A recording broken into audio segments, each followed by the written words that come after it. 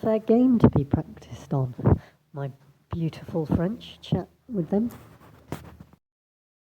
Toi qui bouleverse, toi qui renverse tout ce qui était ma vie.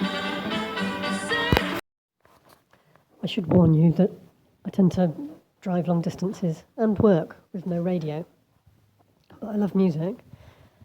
It tends to come back to me and speak to me, tell me in advance what task needs doing in what way sometimes, and just keep me company. Un joli sourire de France, des fossettes aux joues, des cheveux tout fous, des yeux bleus très doux. Sur son berceau dès sa naissance, une bonne fée, d'un coup de baguette avait changé sa destinée. My trade and craft skills have been hugely useful in getting me through 7 years of university. I'm an architect, technical based, as well as front-end design work, but really specialise in the maître d'œuvre end of things rather than the pretty concept pictures. Design technology teaching projects need a stages of making sheet, a bit like assembly instructions that you might get with a product that you buy, if all abilities of learners are able to fully participate. Nice party, but you and me can do more than a friendly kiss. This story stems from a computer guy's wife has moved out now and she's living in Chambéry with the English boyfriend, with the 2 children, the son and the daughter, and I think sometime later, after this story, the husband has been sort of accused of something or steered towards, the daughter's steered towards accusing him of something. You're so kind, you must be blind. I'm a woman who needs a man. I'm not a man. Supply teaching has got much longer summer holidays than regular teachers. Regular teachers start off enthusiastic and then call in sick when they start getting fed up of it. I'm in France, Easter and Christmas, and I've sort of got known for working late into the night. You want to finish a task that you've been concentrating on. It doesn't really matter too much whether you started early in the morning or find it difficult getting up in the morning, and I'm making drill ratchet type noises quite late into the night sometimes, and they've sort of just, because I'm not there permanent, they've got used to it. And most of the time I do limit it to 9 o'clock-ish. I'm not a particularly noisy builder, you can hammer quietly. I'm not a bang crash wallop. So one evening it's winter dark, 9 o'clock, on the dot, like he's been stewing, watching the time. Head torch in the dark, not being able to see the fall. It made me a little bit braver, I think, when it came to working at height. There's no need for him to be fiddling with the bolt. I just jam the door shut. The 2 jams rubbing together. There's no real lock from the inside. I do actually put a big log so the wind doesn't blow it open.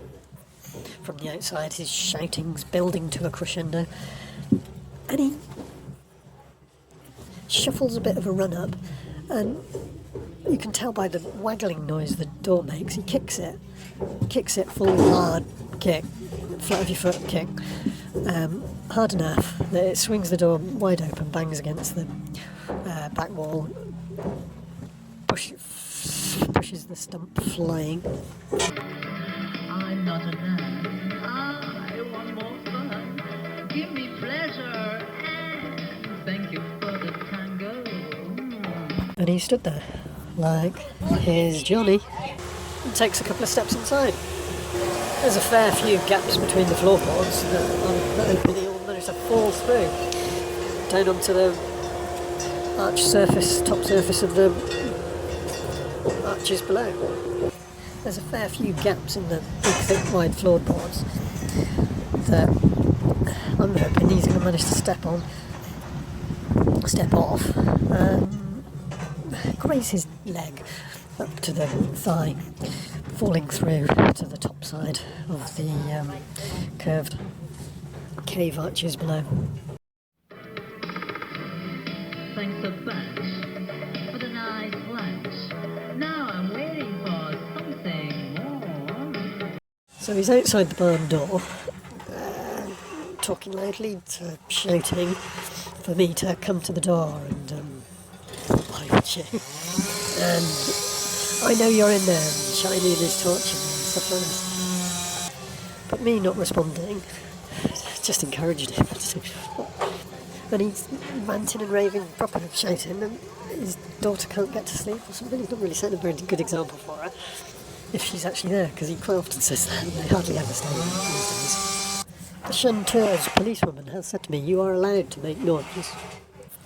I haven't been trying to wind him up, and I'm not making any more noise. I've noticed the time. I'm just having to tidy up, and then time for Betty buys. So he's outside the barn door, talking loudly, shouting for me to come to the door and why would you? And I know you're in there, and shining his torch and stuff like that. But me not responding just encouraged him. And he's ranting and raving, proper shouting, and his daughter can't get to sleep or something. He's not really setting a very good example for her if she's actually there, because he quite often says that, and they hardly ever stay there these days. The Chanteuse policewoman has said to me, "You are allowed to make noise."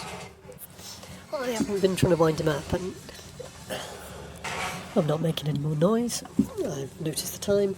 I'm just having to tidy up, and then time for Betty buys. He's Mademoiselle Froment, mentir, se parlez-vous? winding himself up. He's demanding and shouting that I must come and talk to him. How dare I ignore him and all that sort of thing. So he unlocks the bolt from the outside and steps inside with his torch. Now, no one's done this, and it's a dangerous thing to do. I'm just saying, get out, get out. It's a violation. I can see exactly where the chink in the door, the gape in the door is, because he's pointing the light on the ground floor and around, and there's a space either side. I'm 2 floors up, and I'm shouting back at him loud, increasingly louder. Get out! Get out, close the door, in my most serious authoritative voice. Still demanding that I must talk to him. Elle n'avait pas encore parlé, qu'elle savait déjà chanter. Mademoiselle Froment, mentir. Come down and talk to him.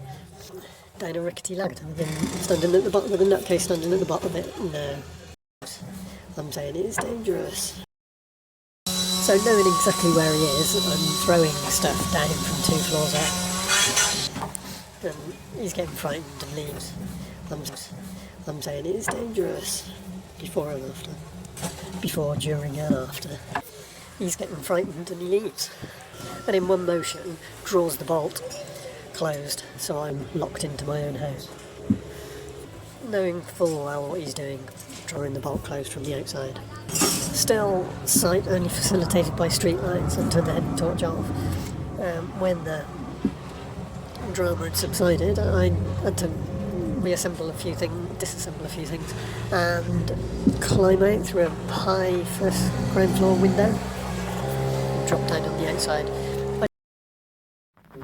When you're too tense, it's common sense to relaxez-vous. The more you earn, the less you learn to relaxez-vous. À la vôtre. À la vôtre. Cheers. So one of the more immediate of the 4 neighbours that I have anything to do with, really. You might call him a rustic fellow, but savvy when it comes to a deal. Used to work with a friend of his. I say a friend of his, they used to drink beer outside his house quite a lot after work. It turns out I left him a case of beer on his doorstep as a thank you very much. I asked his favourite brand first. 64. la vôtre. À la vôtre. Cheers. We French, you'll find, are more inclined to relaxez-vous. Relax, relax, relax, relaxez-vous. Just went straight to the gendarmerie police station. They don't really man the night desk like anywhere, but I did manage to get to speak to someone. No real interest at all. They were getting quite aggressive with me for bothering to report something. I spent the evening writing it all down, what had happened, and then the next day went off to the main town down the valley, the procureur, the judge offices there. They have like investigative judges in France. How do you feel about not particularly noisy, occasional neighbours? Would you kick their door down if there's something that you don't like? What sort of redress do you think is appropriate? Unlawful imprisonment is when you stop someone leaving. It wasn't just a break-in. I managed to convey these legal principles to a completely different legal system, but to no avail. I take my folder of written information, my little note on the door and that, into the local procureur's bureau, up to the ladies at the front desk behind the glass, behind bulletproof glass, I suppose.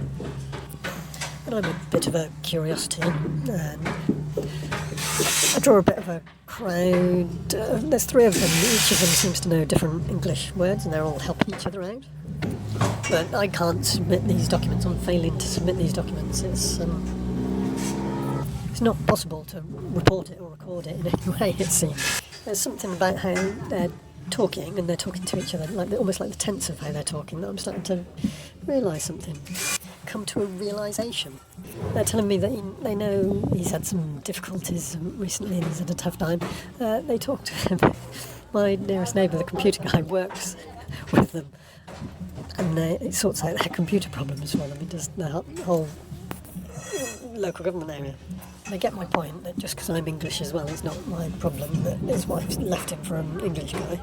And I don't think I can't report it because they're being nepotistic. Well, there's a bit of information. That first Christmas he didn't want to tell me. He left me with the impression that he did websites for people. I'm trying to report a crime that's been carried out by someone that works for the judge's office. But crafting things is supposed to be very good for your mental health. With such a big project, I must be very bon santé.